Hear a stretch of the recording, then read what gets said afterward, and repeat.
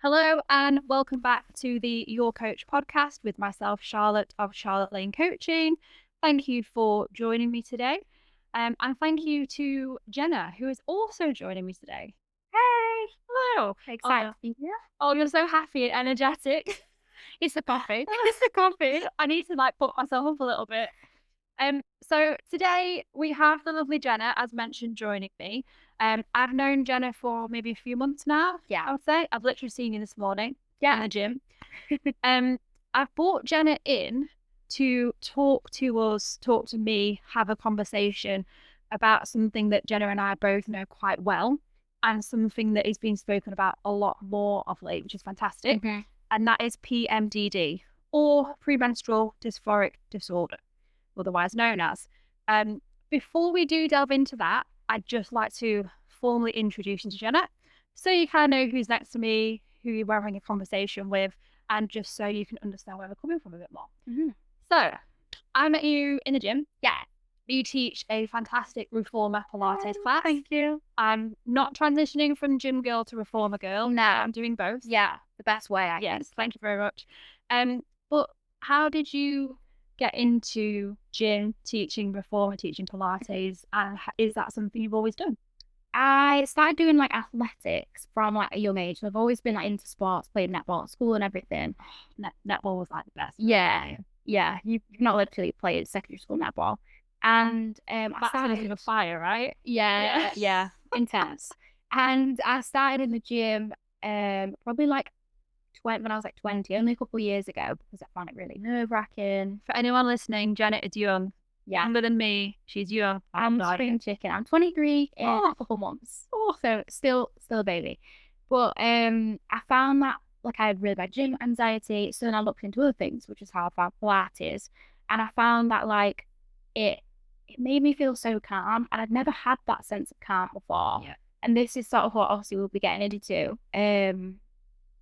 It just completely made me feel relaxed. And even around the time of the month, where I'd never had that sense of stability and level-headedness, I found that Pilates gave me that whilst moving my body. Yeah. And it was kind of time for me. And I think same with the gym. And for a lot of people, isn't it? It's time for yourself. Yeah. You're doing something for you, making your body feel good. And I think it's important to move your body, the bottom line. Yeah. See, we know the benefits of health and exercise.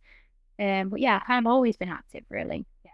Just naturally, because she went to uni, correct? Yes. What did you do at uni? So I got my degree in therapeutic radiography. Yeah. So obviously the cancer treatment, delivering that cancer treatment. So obviously learning about the body anatomy and things. So you already had that base level. Yeah. Not it's more than base level. So Yeah. I've already had that background knowledge. Yeah. So it did tie in well. I did my Pilates course because I was aware of the body, how it works, the mechanics. Yes. Things to look out for injury wise. So yeah, it did help. Is that interesting? Yeah, it like you. Yeah, literally, fully. Yeah, taking a bit of a 360, but yeah, they kind of do interlink a little bit. Because coming from a mainly gym background myself, I never thought I'd be like the Pilates yoga girl. Yeah. I never thought. And the gym, my heart is with the gym. Yeah, and throwing weights around and strength. That's your base. It is, and the classes and the spin, but I must admit, incorporating the Pilates and the yoga into my routine has been a game changer. Yeah. But for mindfulness as well, 100%. My body thanks me for it every day. Yeah. But like you said, it's by no means easy. No. Oh my gosh, it is so difficult. Yeah. But you can get the car from it. Yeah. You really can. I think obviously when you're doing your intentional breath work, you do get that meditative effect. And you can just relax. Yeah. And you're too busy thinking about all the movements, keeping your alignment. You just get to be present and in your body, you're focusing on where you're feeling everything without the sort of intensity. Obviously, yeah, like you say, it's hard, but you're not getting that kind of intense sweat level. Yeah. You're bringing yourself back into your body, which is really nice. Yeah. Just slowing the pace. Yeah. Which we all need. Yeah. Chatting to Kirsty, who was on a few weeks ago, about Reiki and mindfulness and well-being. And one thing that she touched on was slowing everything down. And I think that's such a beautiful thing to be able to do. Even to carry into daily habits. I'm seeing on TikTok, we're scrubbing our face, we're brushing our hair really quick, we're running out the door all the time. Just have that slow. That's how I know you're a young guest, because you're the first person to come on the podcast and talk about it, because I literally spent half more. That's hilarious. But it's it's difficult and tough, but calm and peaceful. Yeah. Which is such a weird connected thing. Yeah. Yeah. And I love training core, and I love core exercises. I'm I really engage my core. But since doing it with the reformer, awareness, oh my God, I've never felt anything like it. Yeah. But also the importance of breath work. Yeah. Like, and how it carries in and how it ties in. And there'll be people listening to this, a lot of my clients, I won't mention their names, but they will know exactly who I'm referring to, that actually just forget to breathe anyway. Yeah. Let alone me as a PT saying breathe, guys, but you as an instructor actually coaching people how to breathe correctly and properly, get in that deep core. That is huge. Yeah. Huge. I mean, you still get people who look and think, you're holding plank and you've not breathed throughout 30 seconds. Oh, so yeah. Maybe we'll take a quick breath there, but yeah. Very interesting. Very interesting. So I haven't got you on here just to purely talk about the fantastic reformer Pilates and Pilates classes. You and I have spoken a few times at the end of classes, during classes. Yeah. And it's lovely again because we have a very open class. Yeah. We all chat together. So nice. There's nothing off the card. It's lovely. And something that you and I have always spoke about in that environment is mental health. Yeah. The exercise effects it has. And we've also spoke about hormones. Yeah. So hormones, for a fact, I can say is something I'm going to come back and touch on further down the line on the podcast, because there's all sorts of things that so many compressed hormones. I know I've got ladies screaming out for a perimenopausal or postmenopausal podcast. We're going to get into that at a later date. But what I'd like to focus on the hormone chat today is the PMDD. You've been officially diagnosed with this, correct? Yes. Okay. So that's fantastic. And I'm going to ask you about that process very soon. Yeah. Because I know that there are people that will be wanting to know about that. I haven't been officially diagnosed. I have self-diagnosed. Yeah. But when I looked into this, like, there were just so many like light bulbs. It sits deep in you. Do you know what I mean? You know yourself the best. And it's like you're reading this. And it's like, wait, someone's just kind of plucked things out of my brain and put it on the paper of the symptoms. Yeah. And I think you do kind of have that like connection straight away. You just know like yourself. I just thought I would just look like this massive catalogue of mental health issues. Yeah. But then actually, it's like literally, this is how I got diagnosed. Like saying what you say, you think, well, this week I've got bipolar. Yeah. Well, tomorrow I've got anxiety. Yep. The day after I'm depressed. Like you just think, well, what's wrong with me? There must be something. And then you wake up 3 days later and you feel absolutely fine. Yeah. Oh, am I right? Oh, well, I've cured all my mental health issues in one day. Yeah. It's like, oh. So you and I, we know what PMDD is and what it causes. For those that maybe are a little unsure, I've just got a little brief explanation to what it is, and I'll be very brief. So PMDD is what people are calling, or what they call, a severe form of PMS. Okay, like us ladies have also PMS. Yeah. A lot of men have suffered the effects of PMS. Yeah, the brunt of it.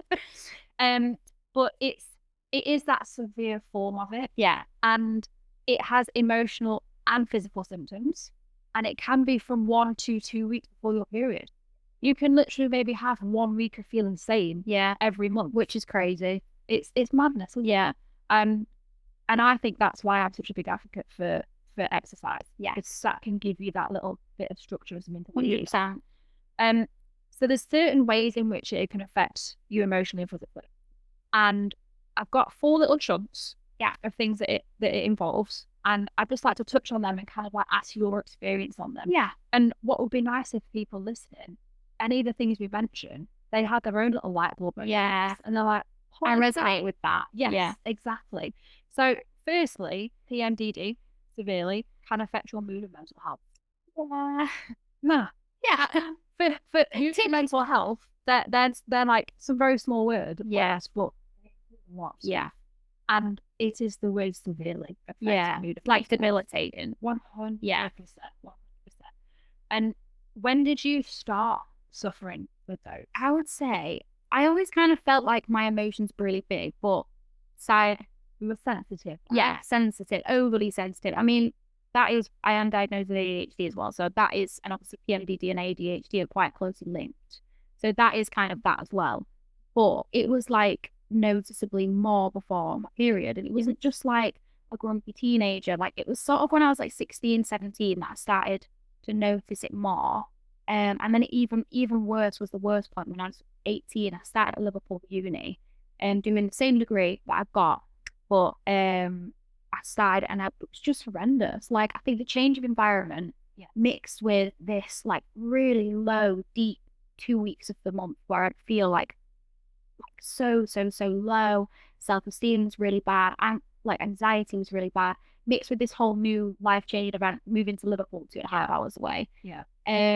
And it just sent me like west, just really spiral. And I think because you only get those like that 1-2 weeks if you're lucky, normal weeks of the month, it would be like every month I'd be like, what's wrong with me? And then you get kind of deeper into that depressive like state because you're just thinking, you criticize yourself so much, aren't you? Get deeper and Yeah, and deeper. you do, because you think something's wrong with me, and then you feed it to that, and then you feel worse because you're obsessing that you're wrong. Is it for you like a vicious cycle of being very sensitive and overthinking, and being oversensitive and just like constantly just getting deeper, literally? Because then you kind of feel annoyed at yourself. Why am I thinking like that? Why am I being so negative? Like, God, snap out of it. Like and then you're angry with yourself for thinking that, and then it's just a cycle.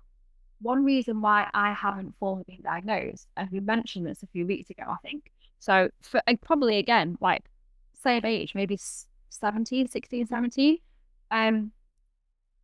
I would go through stages of feeling so severely low, and you think, oh my gosh, and it got worse as I got older, I think, or I've become aware of it. I also stopped drinking as much. That can but I think you'd get so low, or I'd get so low, and I'd be like, oh my gosh, I've got to do something about this. Like it's not getting any better. It's been like a week now. I've got to do something. I can't go on like this. And then you'd literally think, right, I'm going to ring the doctors tomorrow, or I'm going to ring the doctors on Monday because it's now Friday. And it gets to Monday, and you're like, I'm okay. Yes. It's literally this. Literally, to be fair, I didn't really know anything about PMDD when I went to the doctors. And when I was 18, I left uni. I was in a really bad way. Like it was like 2 weeks in the month. And you do get into like suicidal intentions. That's like obviously sort of a big red flag symptom of PMDD. But it would be, and so I went to the doctors, and then they said about the PMDD, and I thought, oh my God, and that was when I was in my manic luteal phase. Because everyone goes through low moods. Well, that's life, isn't it? Everyone has peaks and troughs. Right? And so typically just be like, oh, I'm just writing it off. I'm just having a bad day. Just having a low mood. I just haven't done this and I haven't done this. I'll be okay, blah, blah, blah, blah, blah. But then it gets lower and lower. And because there is a lag. There is a lag between you thinking, is this just me being me and having a bit of a bad day? Or is this me not well? And then come out of it. And it is, but it's so crazy, like you say though, you do genuinely just switch suddenly and you're like, well, I'm okay now. And it's exhausting. Like what, I don't want to make a thing. I don't want to like go to the doctor and take a course. No, I agree. So mood and mental health, big factors that affect us by PMDD. Next up, so you touched on the fact you have ADHD as well. Focus and energy levels. Already lacking. How does that work for you? In my luteal phase, literally don't ask me to do anything. Like genuinely, you cannot force me to do anything. Someone messaged me yesterday because I've not replied to them in 3 weeks, and they was like, I just thought that was your age bracket. I'm not gonna lie. There's that. But like, don't talk to me. Do you know what I mean? Like, it's harder to have those, and obviously doing what I do, like teaching Pilates, you've got to have that kind of media side, you've got to be in contact with people on social media, things like that. That feels impossible when you're like in that luteal phase. Like, I've got no energy because I've not got, I think because it's such an emotional strain, you've not got that extra time left. Don't you find it strange or odd that like you and I can be in the gym for 6 a.m. Like loving life. I'd love this job as a highest of highs. Like not tired, buzzing for the rest of the day, like so many days in a row. And then it comes to that specific time of the month. And you're like, I don't want to get out of bed. I can't wait to get home. I don't want to go out. I don't want to interact. And I think we're both quite big people, social people. That's it. Because we work in that industry and that's our job, to interact with people every day. I think you do it for a reason because you love people. But then it's like this switch between, it's like you're not yourself. Yeah. You don't want to talk to it. You just go in on yourself. 100%. And I think there are people listening to this that I will see in the gym, and I think they will now realize why. Yeah. Some days they'll be thinking, why are you in this job? Yeah. You don't want to be around people. Yeah. Like, but sometimes you just need to be on a sofa and not. But unfortunately, we all have to earn a living. Yeah. And that's when they'll love their job at the time. Yeah. And you just know it's hormonal. Yeah. Like it's such a broad phrase to use. Yeah. But it is what it is comes down to it, doesn't it? Yeah, it is.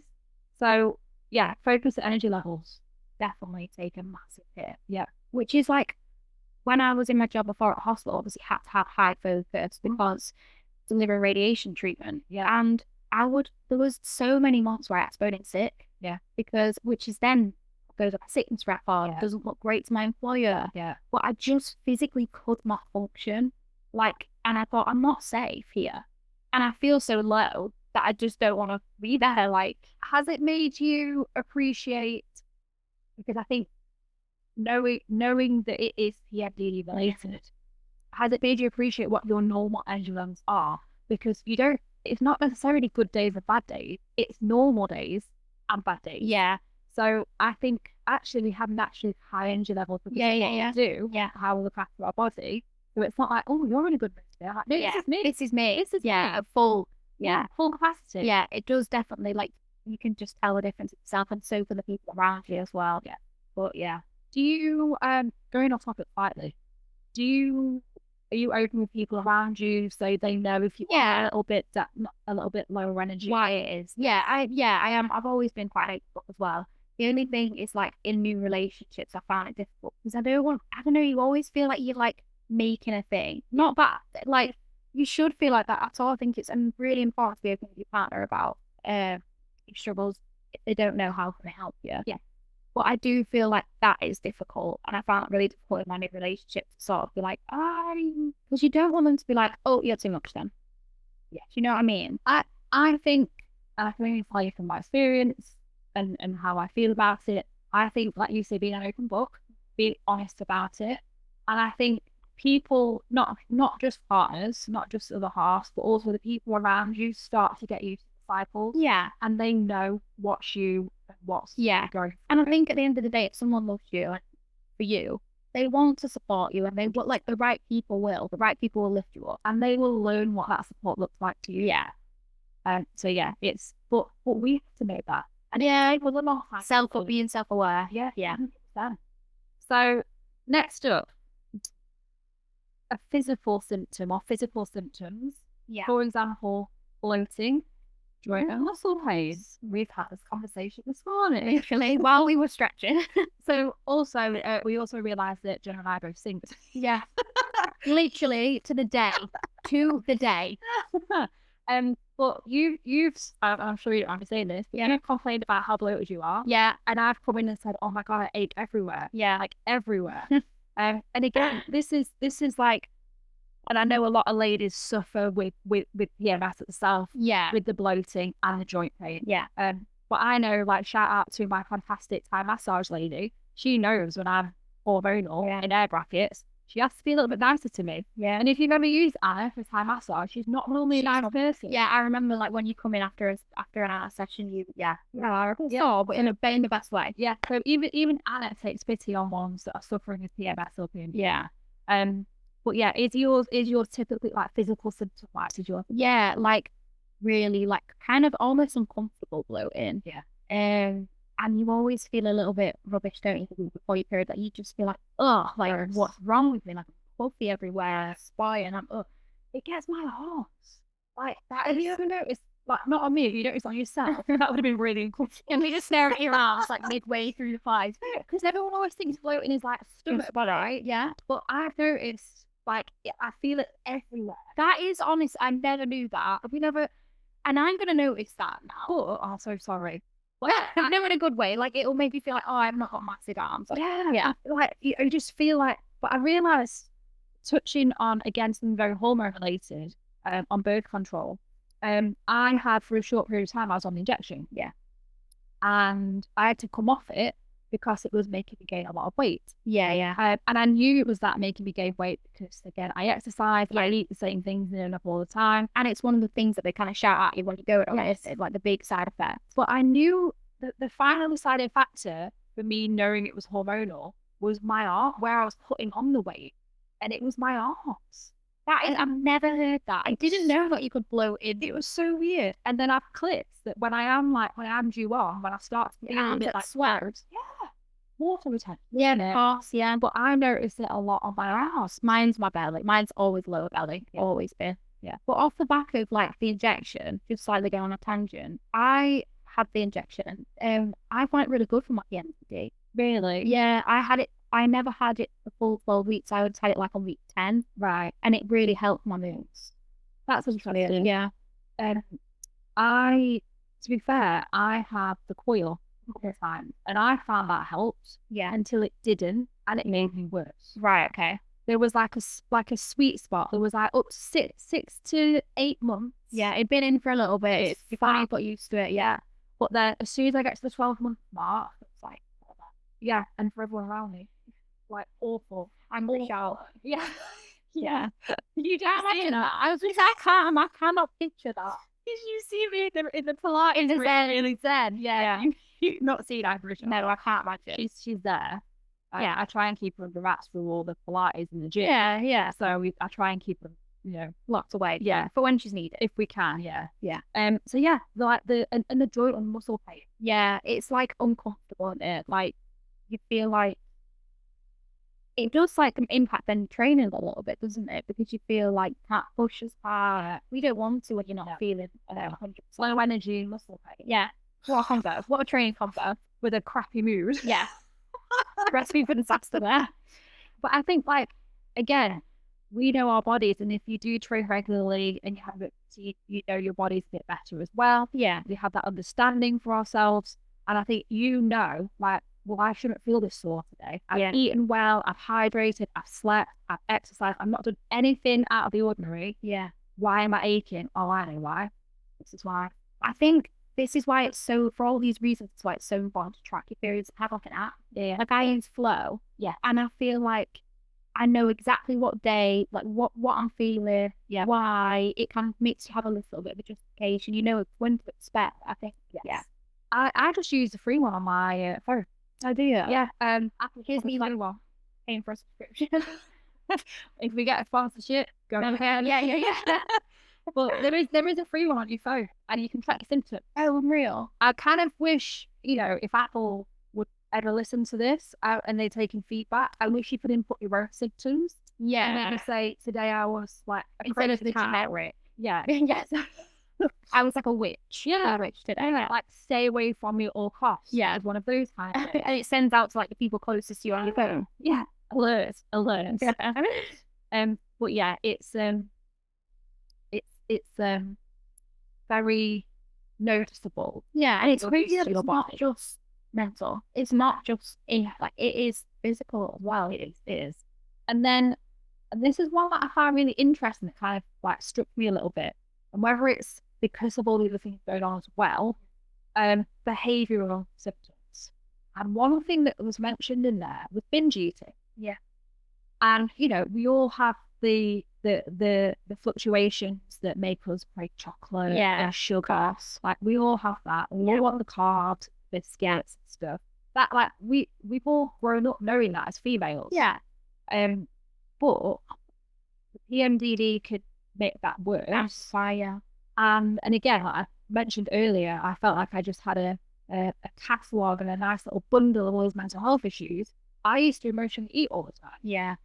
And then knowing that can be tied in with PMDD, I was like, holy crap, that makes so much sense. Why, yeah. Like, emotionally stressy, go to the shop, like buy a packet of biscuits, a packet of cookies, some sweets, a pizza, and like literally binge eat. Yeah. And then feel absolutely horrendous. And then you go the other way. Yeah. Yeah. And you're like horrendous. What have I done? Yeah. And to know that can be tied to that as well, it just explains so it's just being aware of those patterns as well. Yeah. That's the start point to help with like these like nip these things in the blood and things. It is.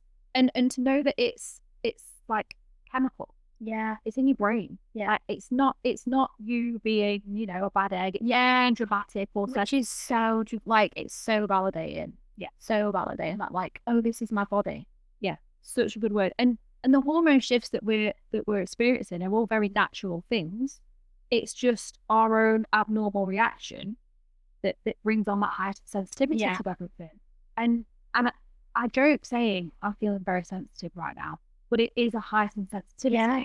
So just saying it like that doesn't belittle it, make it any less. No, it's not just, I'm just sensitive. It's like, yeah, Sensitive. I am sensitive. Yeah, Pretty careful. 100%.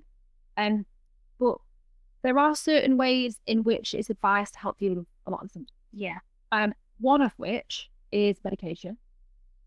Is that something that you I have been on like antidepressants, and to be fair, I had quite a good experience. I was on surgery. Yeah. Yeah, I had quite a good experience, but then I kind of did get into my head like, oh, I don't like that. I have to take a tablet to be normal. Like I didn't. Which is there's nothing wrong with it, and do you know what? It did help me. And when it's at my lowest point, couldn't really have pulled out of it without it at the time. Yeah. So it absolutely, I'm such an advocate for that. It's like anything. If you have a really bad flu, you take a flu tablet. So that's like in case of emergency, break glass. Yeah, that's there. Exactly. Like to have that option there, and some people can be on it for years. Yes, amazing. Yeah. So yeah, I did have medication for a while, but then I did get a little bit obsessed with, oh, I have to take a tablet and sort of thing. So I did come off, and obviously I'm still a little spring chicken, and I like to go out and have quite a few glasses of white wine. So then that was like, not really drink on it. Yeah. And yeah. So I did, it just didn't work for me anymore at that phase of my life. And I was kind of getting into a bad place. But obviously off the back of that, yeah, it did kind of really some points saved my life really when I was at my lowest low. How did you come off it? Did you go to the doctor and did they say, I think you off it now? I just did what I do with everything in my life and just decided for myself, which I definitely don't recommend, because if I'd tapered off properly, it'd have been so much better. I did taper for like a week and I thought, okay, that'll do now. And then, yeah, you obviously don't do that. That's not a good way of doing it. But yeah, I kind of just knew in myself, that I was okay to come off. Felt. Yeah. So there's a medication route for people that are really, really suffering. One thing they also recommend is, this is a big broad spectrum here, lifestyle changes. Yeah. Now that encompasses a lot of different things. Yeah. Lifestyle changes, they will say, Jenna and I are both sat here drinking coffee, by the way. Limit caffeine. No, not work. Limit caffeine, limit alcohol, and stress. If you can try and consult stress management, that's a big one. And I think an active, healthy lifestyle. Yeah. And again, that leads us back to, you know, our cup of tea. Yeah. Like we do, why we'll do it. Yeah. Anything that you can, like, they can use to lower stress and they're going to be like amazing, whatever those coping mechanisms look like to you. Would you say you figured out what they are? Yeah, 100%. I'd say like having that time to yourself, and definitely like, I like the slow, like I love high rocks and I love strength training. Yeah. But I do find that the week before my period, I need the slower. I need the control. Yeah. Is where Pilates sort of came into it. Yeah. Really well, yeah. Yeah. No, I think anything that you can do, I think it's learning what it is for you. Yeah. It takes people a while to get what that is. And I don't want everyone to think that has to be the gym. It doesn't. It looks so different for everyone, won't it? Yeah. 100%. Yeah. But the gym will tick a lot of those boxes. Yeah. Stress relief, like healthy mind, healthy body, mindfulness, and if you can, just some form of exercise. I think if I ever feel like anxious or low movement, it will look like that. Yeah. Well, it's the endorphins. What scientifically, the endorphins that you release after you've done exercises, it's going to give you a boost, isn't it? Yeah. And then, so touching on, so you've got medication, you've got lifestyle changes, and then the third and final one is supplements. Wow. So, and there's more and more research going into this now. I have just started, and I mentioned this morning, I say just started about 5-6 weeks ago taking a supplement that is marketed and created specifically for PMDD sufferers. So I will let everyone know how that goes. Yeah. Because I'm only 5 or 6 weeks in. That is amazing though. That it's something that's so under researched as PMDD. That is so nice that there's something for targeted for like people. Yeah. And I'm very conscious that there's a lot of shit out there that people try to TikTok shop kind of that. So there's a lot of stuff out there that people will try and capitalize on people's pain points. Yeah. And sell me crap. Yeah. However, I did my research. I was doing this research, and this is something that I feel like I trust in. Isn't just someone trying to, profit off. Sell just anything. Yes, basically. So I'll let people know how it is. But there is more and more research being done on things like PMDD, a lot of stuff, like a lot of typical women problems. Yeah. That have never really had much screen time or airtime before, which is really good. So, but even they say like magnesium helps. Yeah, obviously sleep as well. Yeah, with the sleep, with the joint pain. Something else, I can't remember what it was. But I think that's where, so the supplement that I take is doing a lot of those things. Yeah. And hopefully that's that. So I'll let you know those. Yeah, definitely. I've read that routine can help a little bit with like those sort of, because I suppose like your joints and things. Yeah. Recovery, doesn't it? Yeah, it's like that. Yeah, I think we need to have although I do know if I start taking any more stuff, I will literally rattle. And also, they kind of get expensive. Yes, they do. It's finding sort of sticking with the core ones that you know for you. Yeah. So that's a bit of background of PMDD. So for those that maybe didn't know what it was, or for those that thought, oh, that could be a little bit of that, can you talk us through what your kind of like diagnosis process was for anyone that thinks, oh crap, I need to go speak to someone about this? What was it like? To be fair, I didn't know anything about PMDD when I went to the doctor. I was in this like really manic state. I just left uni. I was like, what the hell am I gonna do? Like really, really low point. I called it a quarter-life crisis. Yeah. And I went to the doctors and I was like, what's wrong with me? I think I might have BPD. I think I might have this, but I also could have this. And it was like, they was like, what stage, like, when do you feel like this? And I was like, well, I always feel it was for hot period. It's not just like bad moods. It's like, I want to like I can't function. Like, I really can't function. It was like, okay, so have you ever heard of this? And he started speaking through it, the symptoms, and I was like, tick, tick, tick, tick, tick. And he was like, okay, so I'll see you again in a week's time. And then he said, see how you feel when you're off your period. Had the same conversation. I was like, better, good, fine. And I was like, yeah.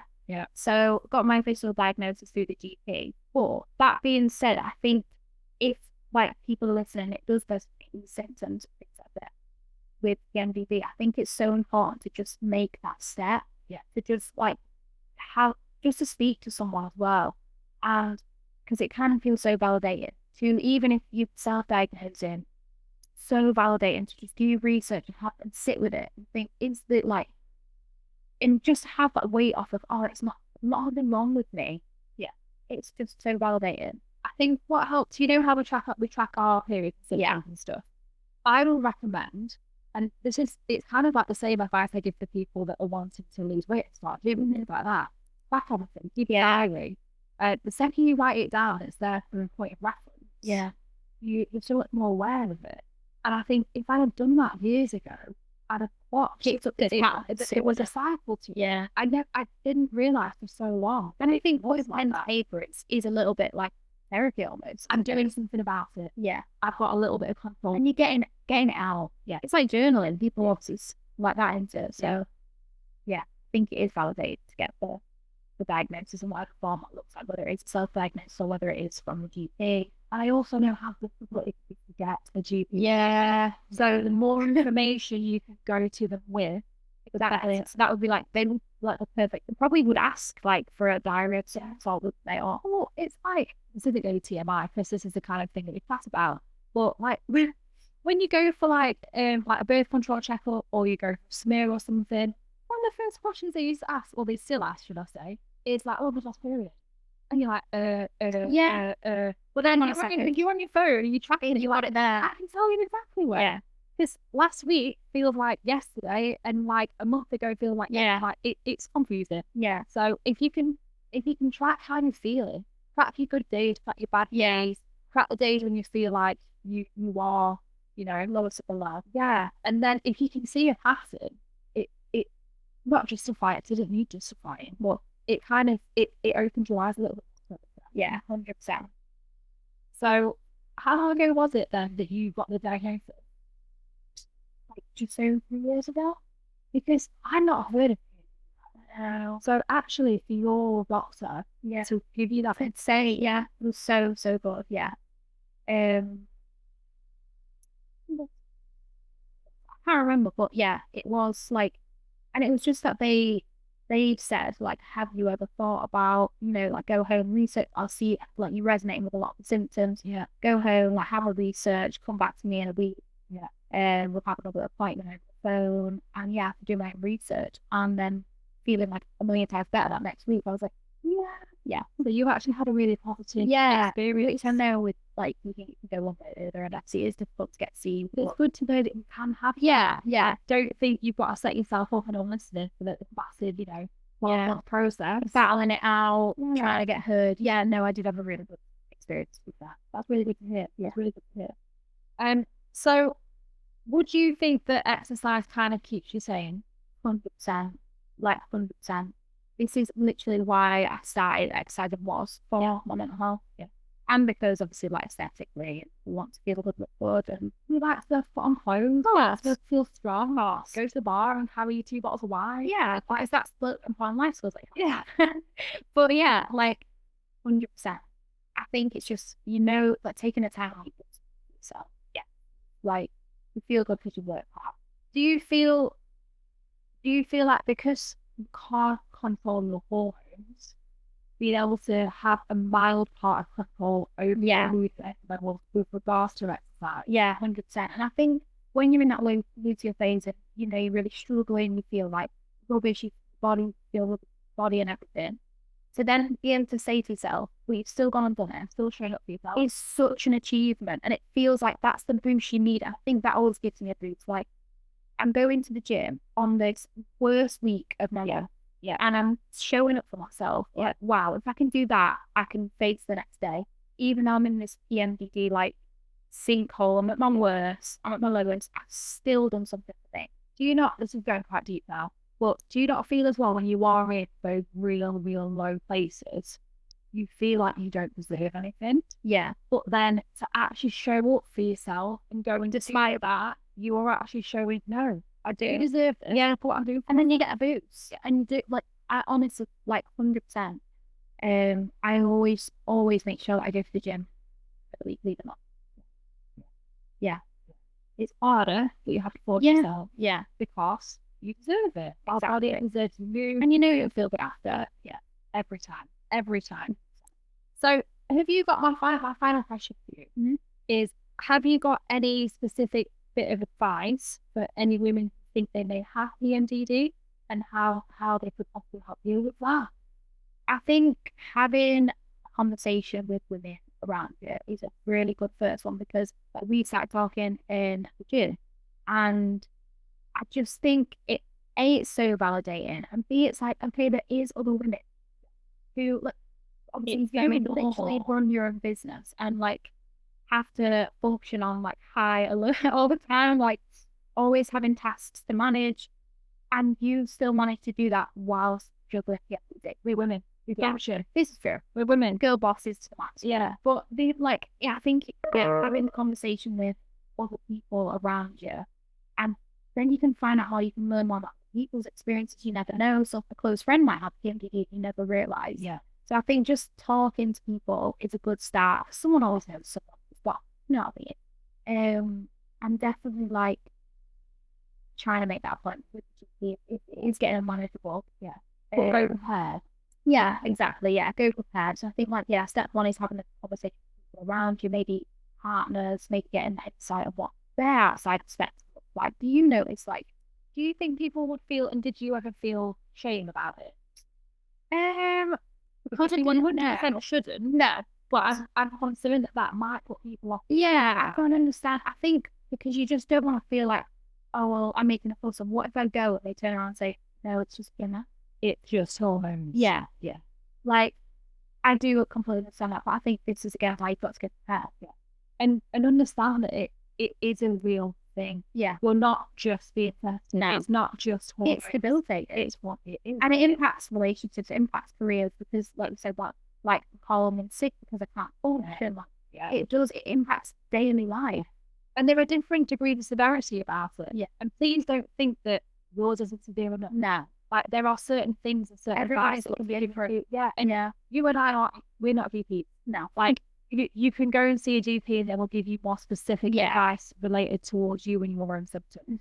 We're just here to open a few doors and hope for a few factors that we've got experience in.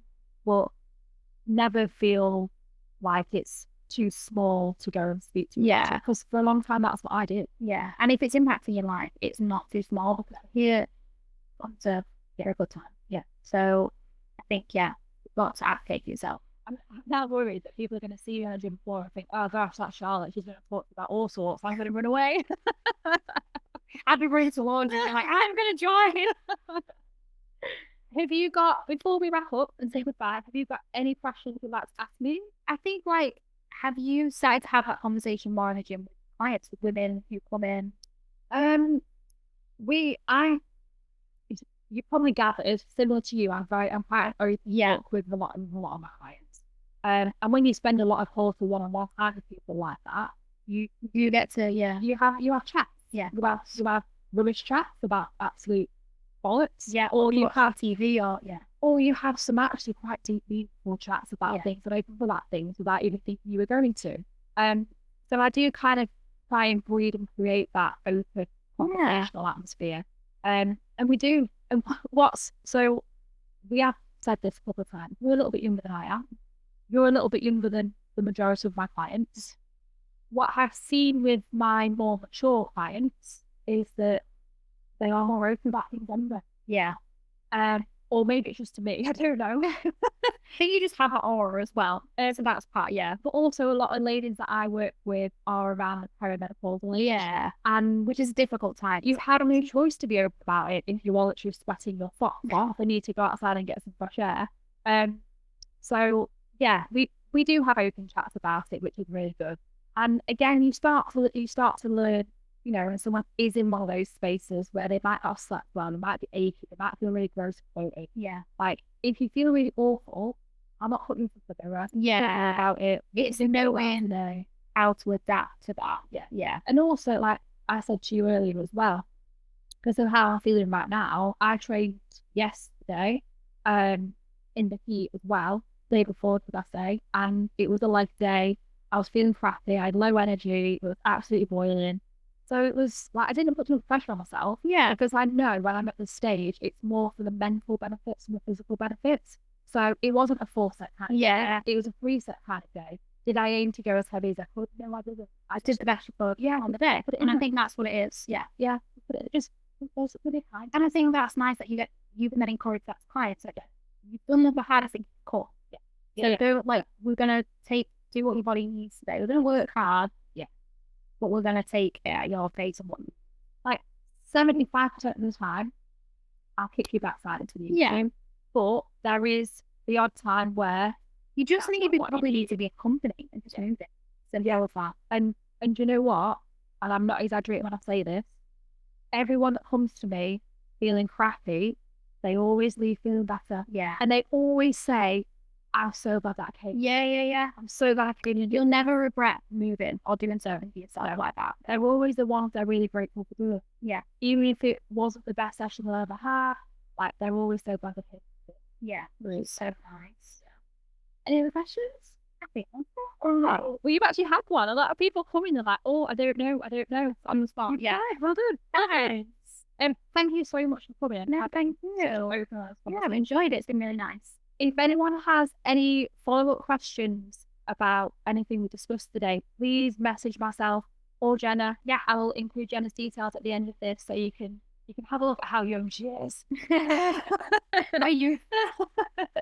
But thank you so much. Thank you. And I will see you at the gym next week. Yeah, can't wait. Thank you. Thank you.